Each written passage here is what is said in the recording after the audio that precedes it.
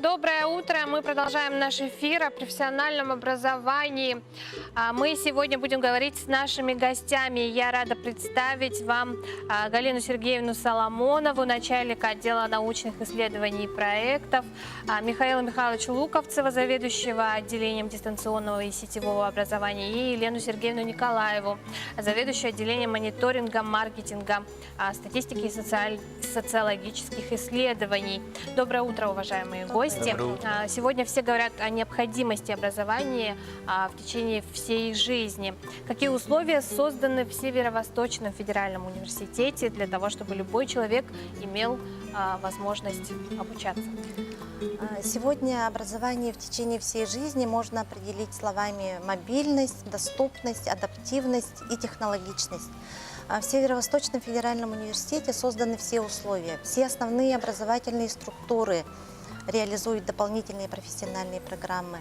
Работает Институт непрерывного профессионального образования, который мы представляем. Он реализует только дополнительные профессиональные программы повышения квалификации и профессиональной переподготовки. И здесь надо сказать, что в институте реализуется больше 200 программ повышения квалификации, около 70 программ профессиональной переподготовки. То есть отвечают они любой потребности и любому заказу работодателя. Ну, сегодня мы говорим об образовании взрослых, да, в СВФУ. Кто такой этот обучающийся? К категории взрослых обучающихся мы относим, конечно, прежде всего работающее население.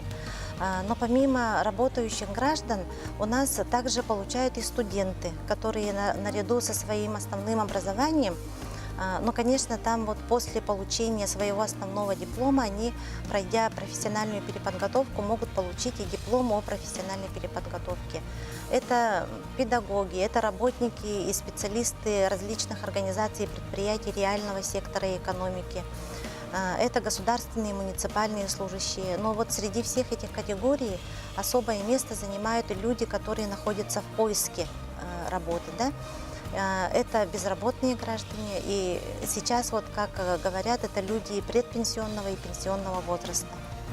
Какие курсы по повышению квалификации проводятся, да? Планируются какие-то ли новые формы работы?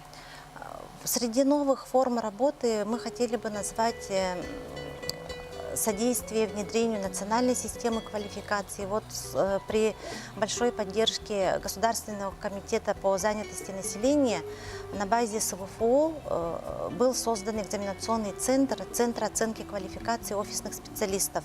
В декабре будет объявлен конкурс профессионального мастерства среди офисных специалистов и вспомогательных административных работников. Поэтому мы приглашаем следить за новостями на нашем сайте. В настоящее время проходит конкурс профессионального мастерства среди педагогов. Об этом тоже мы пишем на сайте нашем. И в скором времени будут реализовываться новые проекты, например, проект «Два диплома», когда обучающимся будет предложена возможность получить одновременно два диплома. Это диплом Института непрерывного профессионального образования и диплом российского вуза. Елена Сергеевна, получает ли СВФУ какие-то крупные заказы, да, от работодателей на оказание образовательных услуг? В нашем институте мы заключаем договора с такими ведущими предприятиями и организациями, как компания «Алроса», «Алмаз-Анабара», «Якутскэнерго», «Саха-Транснефтегаз», Центры занятости населения, муниципальное управление образования, образовательные организации республики. В общем, ежегодно заключается более 250 юридических договоров. В данное время мы заключили договор на обучение 60 специалистов компании «Алроса» по курсам профессиональной переподготовки. Это открытые горные работы, подземная разработка месторождений полезных ископаемых и другие курсы. А по курсам повышения квалификации в основном заключаются договора с образовательными организациями республики. В университете ежегодно обучается по программам повышения квалификации и профессиональной переподготовки более 8 тысяч человек.